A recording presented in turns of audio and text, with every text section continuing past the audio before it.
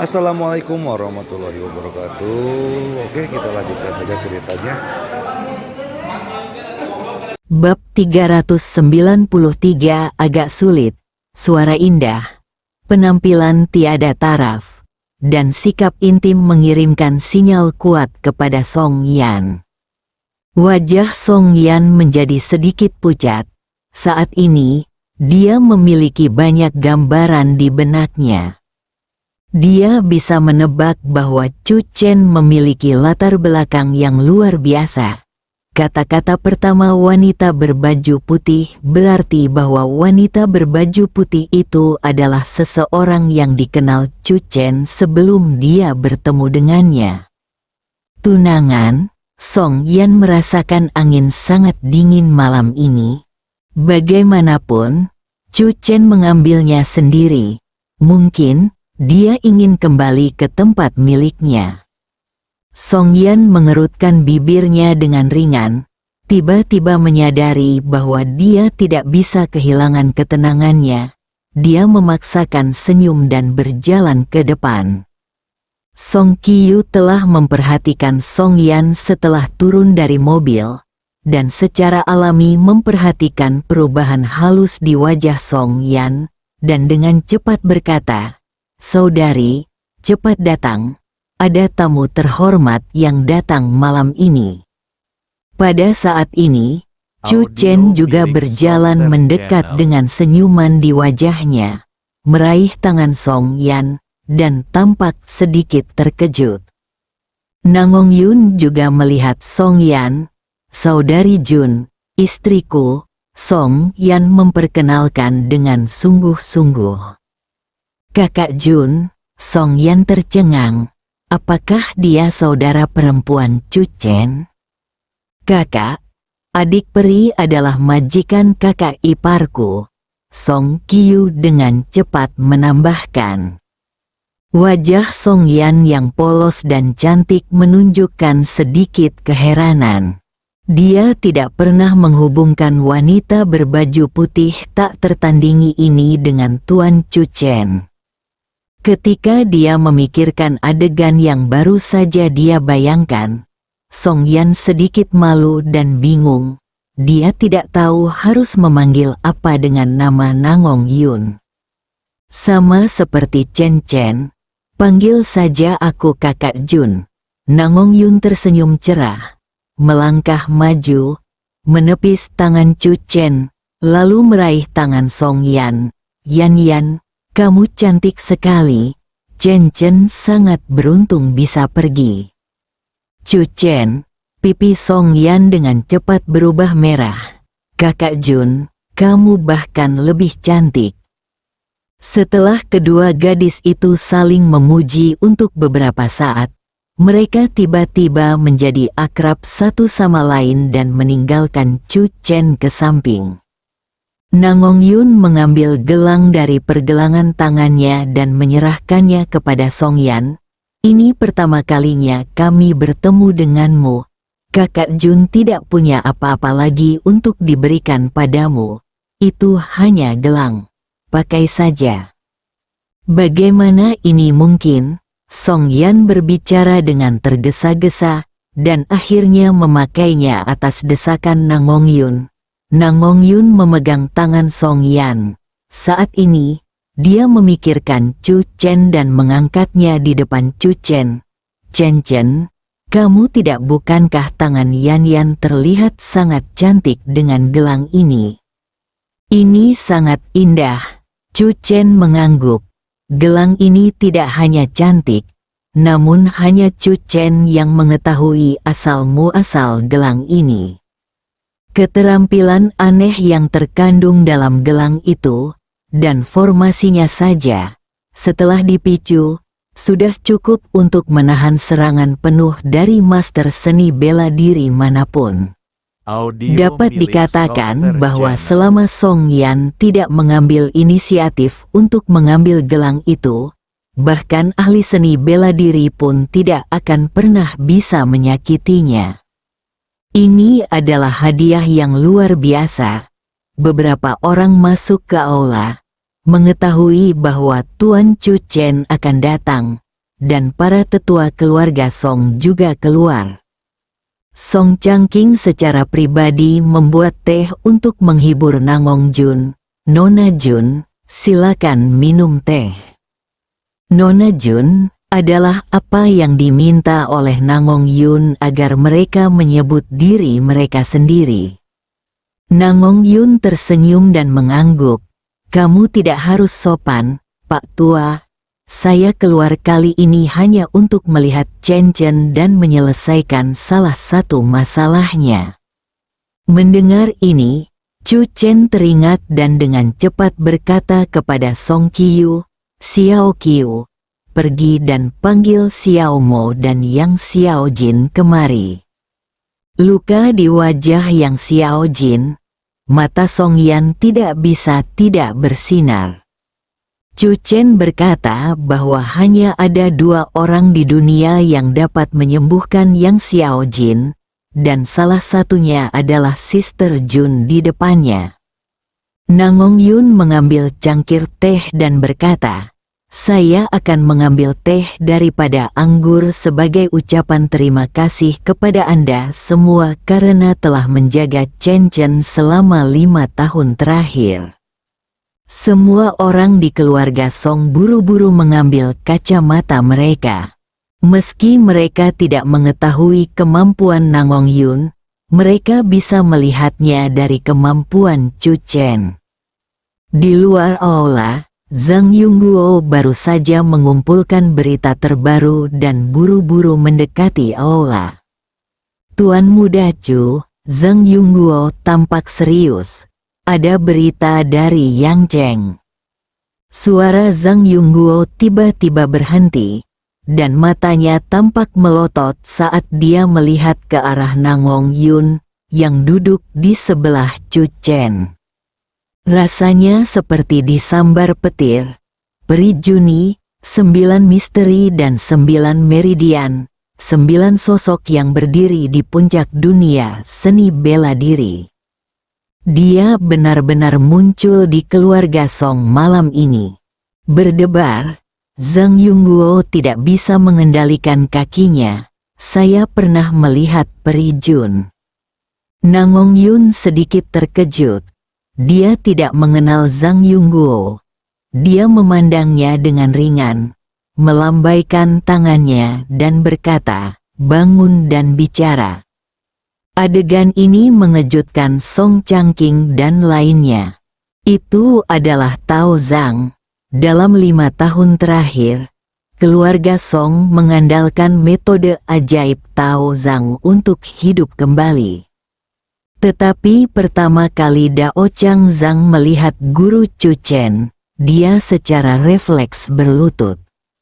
Status guru Chu Chen di dunia jauh lebih tinggi dari yang mereka bayangkan. Jika bukan karena hubungan Chu Chen, mereka mungkin tidak akan pernah memiliki kesempatan untuk duduk dan minum teh dengan sosok dewa seperti itu dalam hidup mereka. Apa yang terjadi dengan Yang Cheng? Zhang Yongguo kembali sadar, menundukkan kepalanya dan berkata dengan suara yang dalam, fraksi Lions Amerika Selatan secara resmi mengajukan banding kepada para pejabat, mengatakan bahwa perwakilan mereka yang berpartisipasi mengalami perlakuan tidak adil dan memalukan selama kejuaraan Lion King, dan menuntut agar pejabat memberikan penjelasan. Di saat yang sama, Sekte Singa Amerika Selatan juga mengatakan bahwa jika pejabat tersebut tidak memberikan penjelasan yang memuaskan, Sekte Singa Amerika Selatan akan mengirimkan ahli bela diri ke China untuk meminta penjelasan secara langsung. Zhang Yongguo datang untuk melaporkan berita tersebut dengan rasa gentar, tetapi ketika dia melihat Nangong Yun, Zhang Yongguo merasa bahwa beritanya terlalu tidak diperlukan. Dia tidak percaya ada orang di Sekte Singa Amerika Selatan yang bisa menyaingi Peri Jun. Su Yuexian memandang Chu Chen dengan cemas. Chu Chen memandang Nangong Yun dengan penuh semangat. Saudari Jun, mereka masih ingin menggangguku. Nangong Yun berpikir sejenak dan berkata kepada Zhang Yungguo, kumpulkan informasi tentang semua ahli seni bela diri dari Sekte Singa Amerika Selatan dan serahkan kepada saya dalam waktu 3 hari. Jantung Zhang Yungguo berdetak kencang, dan dia merasa bersemangat. Ya, Peri Jun akan mengambil tindakan. Sekte Singa Amerika Selatan begitu picik sehingga mereka berani menindas Peri Jun di depan murid kesayangannya. Ini benar-benar meminta kepicikan. Zhang Yungguo menerima perintah itu dan pergi. Begitu dia keluar dari aula, Ning Zimo masuk bersama Yang Xiaojin. Xiao Mo, Xiao Jin, duduklah di sini. Ning Zimo menekan kegelisahan batinnya. Dalam perjalanan ke sini, Song Qiu telah menceritakan segalanya padanya. Itulah harapan untuk menyembuhkan bekas luka di wajah Yang Xiaojin. Ning Xiao Mo memegang tangan Yang Xiaojin dengan erat. Keduanya tidak duduk, tetapi berdiri dengan gelisah di depan Nangong Yun. Senior, Ning Zimo merasa suaranya bergetar. Nangong Jun memandang Yang Xiaojin dan berkata, buka cadarnya. Saat tabir Yang Xiaojin dibuka, semua orang masih tidak bisa menahan gemetar di hati mereka. Bekas luka seperti ini sungguh mengejutkan. Sekte Dewa Penyihir benar-benar gila. Nangong Yun berdiri, dengan cermat mengamati bekas luka Yang Xiaojin dari jarak dekat, dan setelah beberapa saat, dia mulai merenung. Jantung Ning Zimo berdetak kencang dan dia tiba-tiba menjadi gugup. Pada saat yang sama, dia juga bisa merasakan telapak tangan Yang Xiaojin berkeringat. Saudari Jun, apa kabar? Chu Chen bertanya. Apakah ini sulit? Nangong Yun menghela nafas. Lukanya sedikit di luar dugaanku. Mata Yang Xiaojin menunjukkan kesedihan. Hati Ning Zimo mencelos sejenak. Tapi dia memegang tangan Yang Xiaojin lebih erat. Tidak peduli apapun yang terjadi, dia akan menjaga Xiaojin selama sisa hidupnya. Ini memang agak sulit. Akan sulit untuk menyembuhkannya sepenuhnya dalam 3-5 hari. Nangong Yun berkata, sepertinya saya harus tinggal di sini selama 10,5 hari. Jangan khawatir, itu akan terjadi paling lama setengah bulan.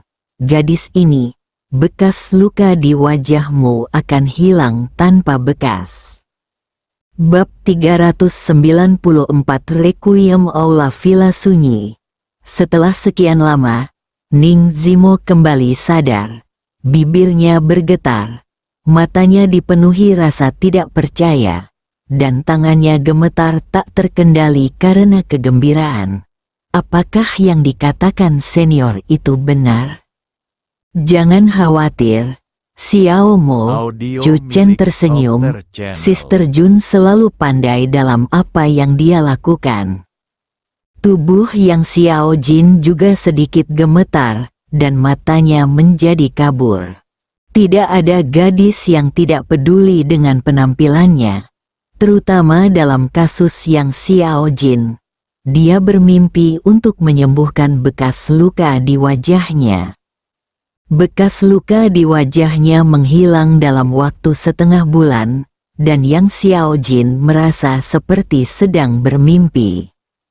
Yang Xiaojin, berlututlah dan terima kasih senior atas kebaikanmu yang luar biasa. Nangong Yun memberi isyarat kepada Song Yan untuk membantu Yang Xiaojin berdiri. Saya butuh beberapa materi. Saya akan menyiapkannya dalam setengah hari besok. Nangong Yun berhenti dan melirik ke arah Chu Chen. Chen, catat. Chu Chen segera membawa pulpen dan kertas. Nangong Yun menyebutkan bahan obat yang dibutuhkan satu persatu. Ingat, yang terbaik adalah menggunakan bahan obat berkualitas tinggi untuk mendapatkan efek terbaik. Aku akan mengurusnya.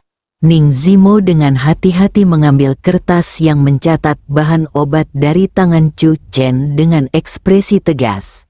Itu terkait dengan Yang Xiao Jin, dan dia tidak akan pernah membiarkan kesalahan apapun. Oke, ini sudah larut. Ayo kita istirahat lebih awal, kata Nangong Yun sambil tersenyum. Chen Chen, keluarlah dan biarkan aku memeriksa pekerjaan rumahmu. Chu Chen tiba-tiba menjadi getir. Dia telah disegel oleh jimat penekan jiwa selama 5 tahun, dan kekuatannya tidak meningkat sama sekali. Namun, Chu Chen tidak berani mengatakan apapun dan mengikuti Nangong Yun keluar. Ini adalah pertama kalinya Song Yan melihat Chu Chen tampak begitu kecewa, dan dia tidak bisa menahan diri untuk tidak mengerucutkan bibirnya dan tersenyum. Danau Song, tumpukan bunga plum, kedua sosok itu menginjak satu sama lain seperti bintang jatuh. Chu Chen merasakan tekanan yang besar, tetapi dia segera menyentuh ambang batas bawaan lagi. Chu Chen mengerti bahwa tuannya akan membantunya masuk ke Xiantian. Chu Chen hendak memasuki alam bawaan 5 tahun lalu, dan langkah ini hanyalah masalah baginya. Angin sepoi-sepoi mengacak-acak Danau Song. Chu Chen tiba-tiba memasuki kondisi kesurupan dan duduk bersila. Nangong Yun berdiri di samping dan memandang Chu Chen sambil tersenyum. Pedang telah diasah dan penebangan kayu telah selesai. Dalam 3 tahun, pasti akan ada alam nafas lain di dunia para pejuang. Sekitar 1/4 jam kemudian, Chu Chen perlahan membuka matanya. Prajurit bawaan, dia akhirnya mencapai level ini. Chu Chen merasa jauh lebih ringan dan lincah. Dia tanpa sadar mengepalkan tinjunya dan kekuatannya meningkat pesat. Yang paling jelas adalah adanya hembusan energi ekstra di dantian. Selamat, setelah 5 tahun berlatih keras, Anda akhirnya mencapai level pejuang bawaan, kata Nangong Yun sambil tersenyum. Mulut Chu Chen sedikit bergerak. Jika tidak ada yang lain, dia akan menjadi pejuang bawaan 5 tahun lalu. Rasakan ki di dantianmu. Ini terkait dengan ketinggian yang bisa kamu capai di masa depan. Ki penuh di dantian. Saat itulah Anda melampaui master seni bela diri dan memasuki alam aura. Chu Chen memandang Nangong Yun dengan bingung. Mengapa saya belum pernah mendengar Anda menyebutkannya sebelumnya? Tidak ada gunanya memberitahumu sebelum kamu mencapai Xiantian. Terlebih lagi, batuk. Mata Chu Chen menjadi kesal. Dia mengerti. Jimat penenang jiwa hanyalah sebuah penipuan. Dengan pencapaiannya dalam seni jimat, dia tidak memenuhi syarat untuk mempelajari jimat penekan jiwa yang sebenarnya. Tetapi ketika dia sedang turun gunung, sang guru tiba-tiba memberinya jimat penekan jiwa dan memintanya untuk merasakannya dan mempelajarinya. Ketika dia punya waktu, hasilnya, itu 5 tahun. Setelah 5 tahun menekan jiwa, jiwamu telah ditempa seperti ini, dan kamu dapat mengharapkan masa depan yang cerah. Nangong Yun berkata dengan serius, saat kamu memasuki alam aura, kamu akan mengetahui manfaat dari jiwa yang kuat. Apa arti alam nafas? Chu Chen tidak bisa menahan diri untuk tidak bertanya. Begitu dia selesai berbicara, Chu Chen tiba-tiba merasa bahwa Nangong Yun di depannya tiba-tiba menjadi sangat tinggi, seperti puncak raksasa, membawa aura penindas yang kuat. Chu Chen merasa selama Nangong Yun punya pikiran, dia bisa merobek dia terpisah. Perasaan hancur. Segera, Nangong Yun kembali normal. Apakah kamu merasakannya? Nangong Yun tersenyum. Ini adalah alam aura. Dalam istilah awam, ini adalah momentum. Musuh hanya dengan satu pandangan. Alam aura adalah untuk mengekspresikan ki yang dibudidayakan di dantian dengan cara tertentu. Saudari Jun, apakah kamu berada di alam nafas sekarang? Chu Chen penasaran. Nangong Yun berkedip, tebak. Chu Chen. Sesuatu terbang di depannya, dan Chu Chen dengan cepat menangkapnya. Itu adalah seruling berwarna hijau tembaga. Ayo main requiem. Chu Chen melihat ke arah Dizzy. Dia melihat 9 cabang Jiuxuanmen berada di cabang yang sama dengan Nangong Yun, dan dia mengambil jurusan musik. Merasakan kesejukan yang datang dari seruling, Chu Chen segera mengalihkan pikirannya, dan tak lama kemudian, seruling itu berbunyi. Sarang Chu Chen dan Song Yan. Song Yan sedang berbaring di tempat tidur dengan mata terbuka. Dia tidak bisa tidur. Tuan Chu Chen sangat muda dan cantik. Dia sangat baik kepada Chu Chen.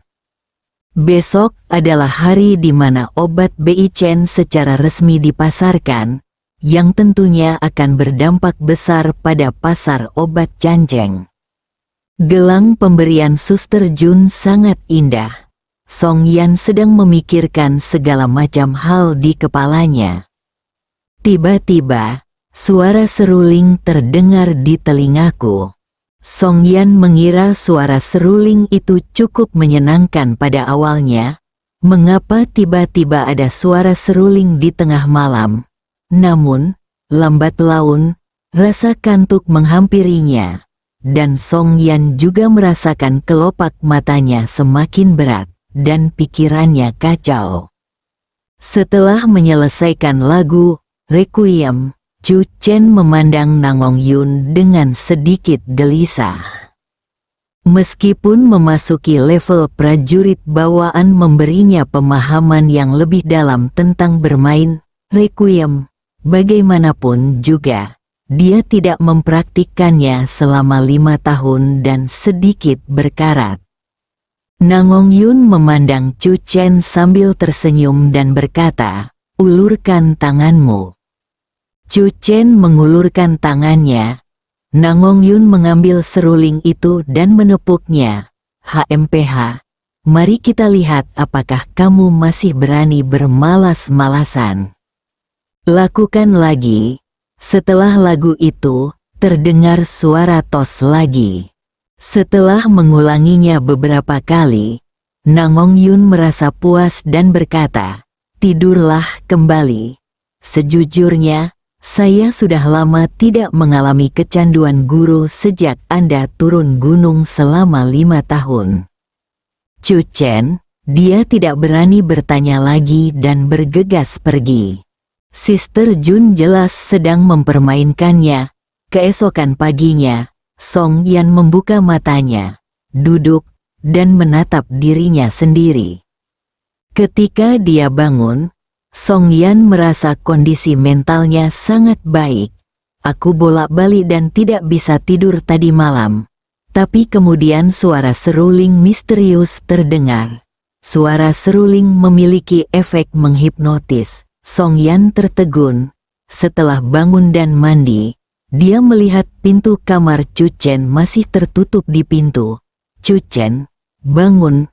"Oh, apakah kamu lupa hari apa ini?" Bersambung.